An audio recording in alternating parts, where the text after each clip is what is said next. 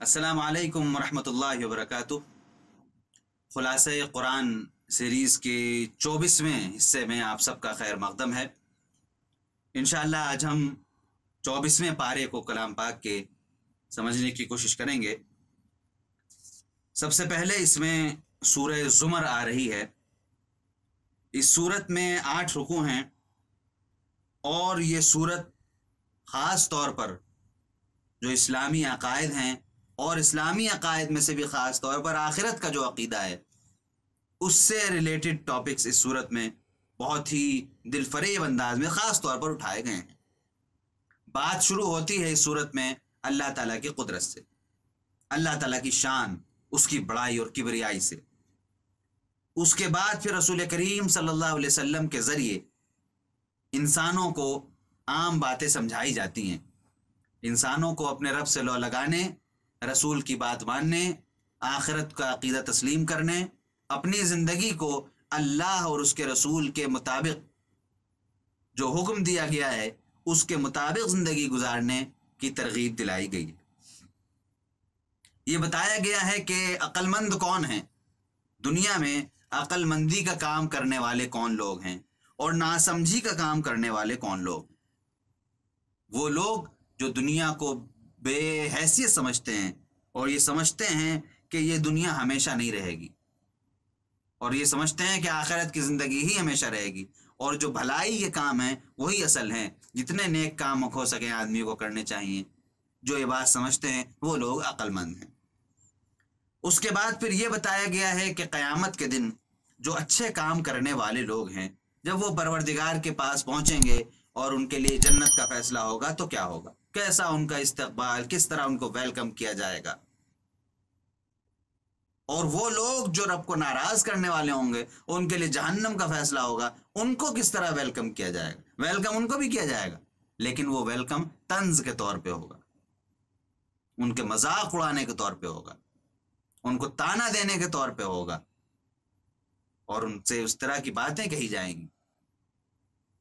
انہیں پانی پانی کر دیا جائے، اور ان کو شرم اور آر دلائی جائے کہ کیا کر کے آئے ہو، کیسے زندگی گزار کے آئے۔ اللہ تعالیٰ نے اپنی درمیان میں، ظاہر بات ہے کہ جب قیامت برپا ہوگی، جنت اور دوزخ کا تذکرہ ہے، اور جنتیوں اور جہنمیوں کا ذکر ہے، تو یہ سب کام کس کی اشارے پر ہوگا؟ اللہ تعالیٰ کے اشارے پر ہوگا۔ اس لیے توحید کا تذکرہ، توحید کا مضمون بھی ساتھ میں جڑتا رہا ہے، اور اصل چیز جو ہے وہ قیامت کے دن سے خبردار کرنا، قیامت کے دن کی طرف متوجہ کرنا، قیامت کے دن سے ڈرانا، قیامت کے دن کو اپنے ذہنوں میں بٹھانا کہ قیامت کا دن کتنا خطرناک دن ہوگا، اس کے بارے میں سوچو، غور کرو، اور اللہ کی طرف رجوع کرو۔ جو گناہ ہو چکے ان سے توبہ کرو، اپنے رب کی طرف پلٹو، چونکہ وہ دن ایسا ہوگا جس میں کوئی مدد نہیں کی جائے گی، نہ کوئی حامی ہوگا، نہ کوئی سپورٹر ہوگا، نہ کوئی ناصر ہوگا، نہ کوئی سورس آپ لگا سکیں گے، کچھ نہیں کر سکیں گے۔ اس بات کو، یعنی کہ آخرت، جیسا میں نے عرض کیا شروع میں کہ سورہ زمر اصل میں دیکھا جائے تو اس کا بڑا حصہ وہ قیامت کے تذکرے سے جڑا ہوا ہے، اور آخری رکوع میں خاص طور پر بھی پھر دوبارہ قیامت کے ہی حالات بیان کیے گئے ہیں، اور اس طرح سورت ختم ہو جاتی ہے۔ اس کے بعد سورہ مومن ہے، اس میں 9 رکوع ہیں۔ سورہ مومن میں اللہ تعالیٰ نے قوموں کی طرف اشارہ کیا ہے کہ قوموں کا انکار، نبیوں کے خلاف ان کی ہٹ دھرمی، نبیوں سے ان کی لڑائی اور جھگڑے اور بلا وجہ کے اعتراضات، جن اعتراضات کی کوئی حیثیت نہیں، اس کا تذکرہ کیا گیا ہے۔ قیامت کا ذکر ہے کہ قیامت میں کفار کا کیا حال ہوگا، قیامت کے دن جب یہ دنیا میں انکار کریں، جیسا پہلے رکوع میں کہا گیا، ان کے انکار کی طرف اشارہ کیا گیا، تو اب اس کا رزلٹ بھی تو ہوگا نا، اس کا جب نتیجہ آئے گا، اس کا رزلٹ آئے گا تو پتہ چلے گا کیا ہوتا ہے کیا ہے۔ اسی میں سورت میں تیسرے رکوع میں ایک آیت ہے جس میں فرعون اور حامان اور قارون تینوں کا ایک ساتھ ذکر آیا ہے، جس سے ہمیں پتہ چلتا ہے کہ یہ تینوں ایک ہی تھالی کے چٹے بٹے تھے۔ فرعون ایک سمبل ہے، ایک علامت ہے پولیٹیکل پاور کی، قارون اکنامیکل پاور، کی ایک علامت ہے، بے پناہ خزانہ، اس سے پہلے ذکر آ بھی چکا ہے اس کا۔ اور پھر حامان یہ مشیر کے طور پر، وزیر کے طور پہ کام کرتا تھا فرعون کے لیے۔ یہ کون لوگ ہیں؟ یہ وہ لوگ ہیں جن کا کردار بھی بہت اہم ہے۔ یہ دنیا میں زیادہ سامنے نظر نہیں آتے، سامنے دوسرے نظر آتے ہیں، لیکن planning, game changer, policy maker, king maker کی حیثیت سے کام کرتے ہیں چھپ چھپ کر۔ ایسے لوگ، ایسے عناصر بھی آج موجود ہیں، اس زمانے میں بھی تھے، قیامت تک رہیں گے۔ قرآن کریم ان تینوں کا ذکر کر رہا ہے۔ ہم لوگوں کو سمجھنا چاہیے کہ یہ تینوں اصل میں ایک علامتیں ہیں، ایک استعارے ہیں جو گزر چکے۔ کیا اب یہ اس طرح کے لوگ پیدا نہیں ہوں گے، اسی لیے قرآن میں ذکر کیا گیا، اور ہیں بھی۔ اس تینوں طرح کے لوگوں سے ہم لوگوں کو بہت ہوشیار رہنے کی ضرورت ہے۔ اور جس طرح سے ان لوگوں کا سامنا حضرت موسیٰ نے کیا اور حضرت موسیٰ کے بھائی حضرت ہارون نے کیا، اور ان دونوں کے ساتھ جو اہل ایمان تھے ان لوگوں نے کیا، اسی طرح سے سامنا کرنے کی ضرورت ہے۔ مثال کے طور پر سرسری تذکرہ کر دوں، ان کو اسلام کی دعوت دینی چاہیے، ان سے ملاقاتیں کرتے رہنا چاہیے،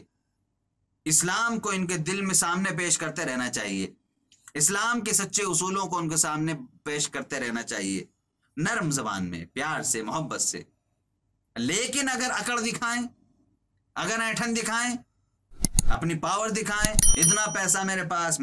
اتنی سیاسی طاقت، میں گیم چینجر ہوں، جب چاہوں جو چاہوں کر دوں، میں یوں کر دوں گا، وہ کر دوں گا،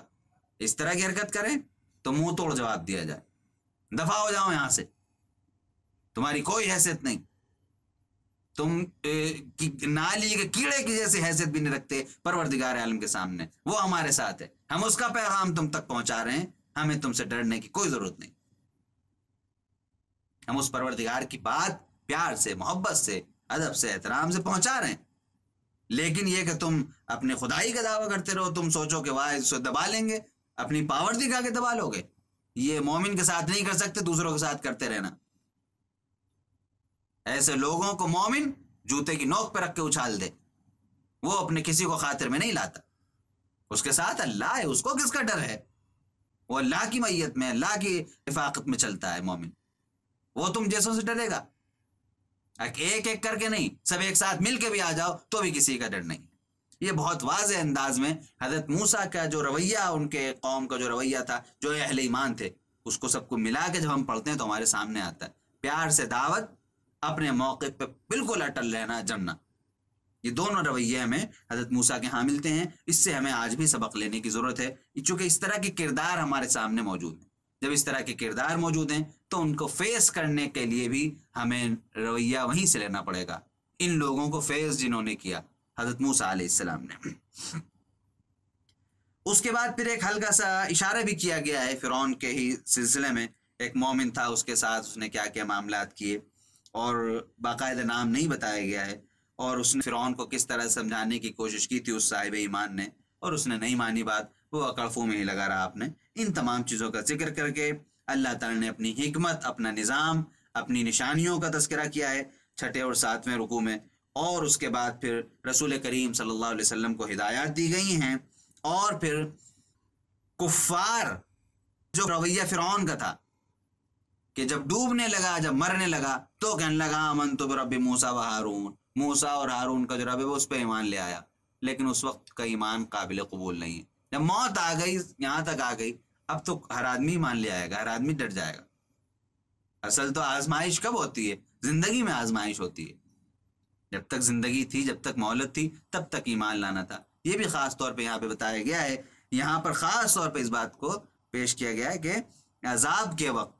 جب عذاب آ جائے اس وقت لا رہے ہو ایمان تو اس کی پھر کوئی حیثیت نہیں ہے، کیونکہ زندگی بھر انکار کرتے رہے ہو۔ اس بات کو بہت اہتمام سے یہاں پر پیش کیا گیا ہے۔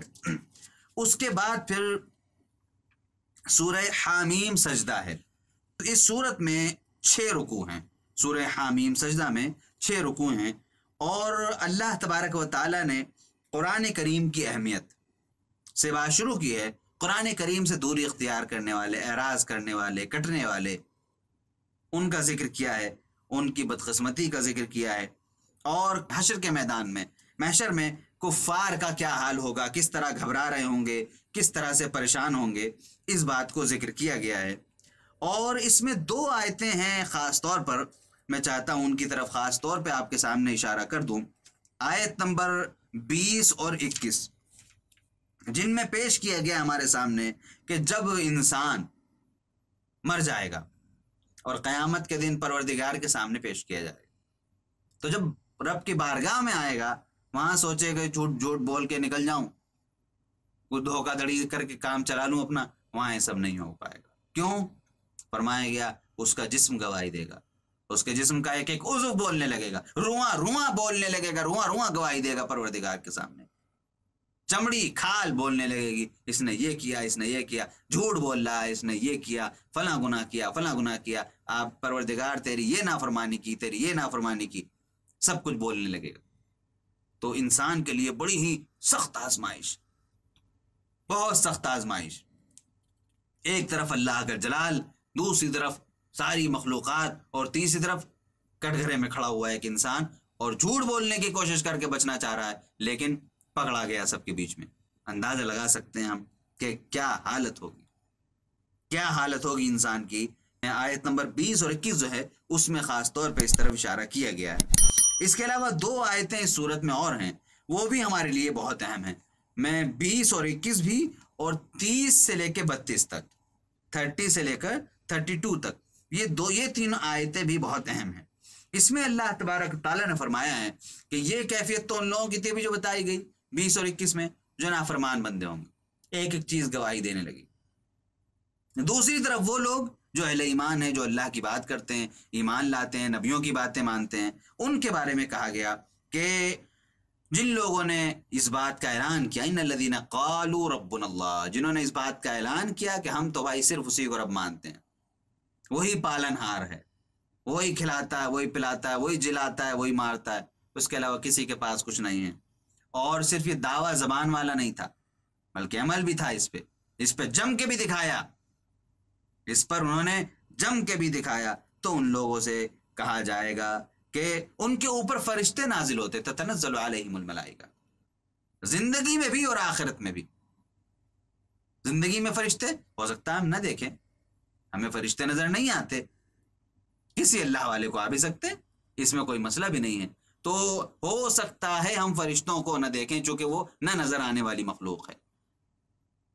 اور یہی ہوتا بھی ہے زیادہ تر۔ لیکن ہمارے دل کو فرشتوں کا جب نزول ہوتا ہے، ہمارے دل کو اطمینان ہوتا ہے، ہمارے دل کو تقویت ملتی ہے، اکیلے کھڑے ہوتے ہیں ہم سب کے مقابلے میں، لیکن دل مطمئن ہوتا ہے۔ یہ کیوں ہوتا ہے؟ چونکہ فرشتے ہمارے دل کو مطمئن کر رہے ہوتے ہیں، ہمیں دلاسا دے رہے ہوتے ہیں، اللہ تخافوا ولا تحزنوا وابشروا بالجنہ، وہ کہہ رہے ہوتے ہیں ڈرنا نہیں، کسی سے خوف میں مت رہنا، ان کی کوئی حیثیت نہیں ہے، دنیاوی زندگی میں بھی تم ہی اوپر رہو گے، تمہاری شان رہے گی، اور قیامت کے دن ابشروا بالجنہ، جنت کی خوشخبری حاصل کرو ابھی سے، تم سے وعدہ کیا گیا تھا نا، تو اس جنت کی خوشخبری حاصل کرو، تم نے جم کر دکھا دیا۔ یہ کن لوگوں کے لیے؟ جنہوں نے اعلان بھی کیا، دعویٰ بھی کیا کہ ہم مسلمان ہیں، اور پھر اس پہ جم کے بھی دکھایا۔ اور یہ آزمائش کس طرح ہوتی ہے؟ جب سخت حالات آتے ہیں، حالات سخت آتے ہیں، آپ کے خلاف بل پاس کیے جا رہے ہوتے ہیں، آپ کے خلاف قانون بنائے جا رہے ہوتے ہیں، آپ کے خلاف غنڈوں کو چھوڑا جا رہا ہوتا ہے، آپ کے خلاف لٹیروں کو اور انتشار پھیلانے والے جاہل گنواروں کو چھوڑا جا رہا ہوتا ہے، ان کو پریشان کرو، 20 25 50 جاؤ، ایک آدھ کو پکڑو مارو، ان کے خلاف ایشوز اٹھاؤ، کبھی یہ ایشو اٹھاؤ، کبھی یہ ایشو اٹھاؤ، کبھی یہ ہنگامہ کرو، میڈیا ٹرائل کرو، یہ سب چیزیں ہو رہی ہوتی ہیں۔ ایسے موقع پہ جو آدمی جم کے دکھاتا ہے، حالات کتنے بھی سخت ہو جائیں، پروردگار کو مانتے ہیں، اسی کو مان رہے ہیں، اسی کو مانتے رہیں گے، اسی حال میں دنیا سے جائیں گے، اس کے علاوہ کچھ نہیں کر سکتے۔ جو آدمی اس بات کا اعلان کرتا ہے، اللہ تبارک و تعالیٰ فرماتا ہے ان کے ساتھ ہم یہ معاملہ کرتے ہیں، ان کے اوپر رحمتیں برستی ہیں، ان کے اوپر فرشتے نازل ہوتے ہیں، وہ ان کو دلاسا دیتے ہیں، ان کو سکون اور اطمینان حاصل ہوتا ہے۔ بہت اہم آیتیں ہیں یہ، آیت نمبر 30 سے آیت نمبر 32 تک، ان کو نوٹ کرنا چاہیے، اپنے مطالعے میں ان کو رکھنا چاہیے، بار بار ان کو دیکھنا چاہیے۔ اور جس میں جو صفت بتائی گئی ہے مومنوں کی اس کو اپنے دل میں بسانے کی کوشش کرتے رہنی چاہیے۔ اس کے بعد کے پھر جو 2 رکوع ہیں ان میں عام ہدایتیں ہیں، کچھ اللہ تعالیٰ نے اپنی کچھ نشانیاں بتائی ہیں، اہل کفر کا ذکر کیا گیا ہے، قیامت میں ان کا رویہ، ان کا نتیجہ کیا ہوگا، ہلکا سا تذکرہ قرآن کا بھی ہے، تھوڑا سا تذکرہ حضرت موسیٰ کا بھی ہے، اور اس طرح سے کچھ چیزیں بیان کر کے آخر میں اللہ تعالیٰ نے اپنے علم کی وسعت، اس کا علم جو بے پناہ، دنیا کے سارے سمندروں کو ملا لیں تو اس کے علم کے مقابلے میں قطرہ بھی نہیں ہے، اس کا بے پناہ، بے حدود، جس کی کوئی حد نہیں، ان لمیٹڈ، کوئی گنتی نہیں، کوئی شمار نہیں، اس علم کی طرف پروردگار عالم نے ہلکا سا اشارہ کیا ہے کہ اس سے کہاں کچھ چھپا ہوا ہے، اس سے کچھ نہیں چھپا، وہ سب دیکھ رہا ہے، سب جان رہا ہے، اور جو کافر کر رہے ہیں وہ بھی دیکھ رہا ہے، جو اہل ایمان کر رہے ہیں وہ بھی دیکھ رہا ہے، قیامت کے دن فیصلہ بھی اسی کو کرنا ہے، تو اپنے علم کے حساب سے وہ فیصلہ کرے گا، اہل ایمان کو مطمئن رہنا چاہیے۔ یہاں پر یہ سورہ حامیم سجدہ ختم ہوتی ہے، اور اس طرح 25ویں پارے میں ہم داخل ہو چکے ہیں، تو سمجھیے کہ ترتیب کے لحاظ سے ہمارا یہ 24ویں قسط اور 24واں پارہ ختم ہوا۔ السلام علیکم ورحمۃ اللہ۔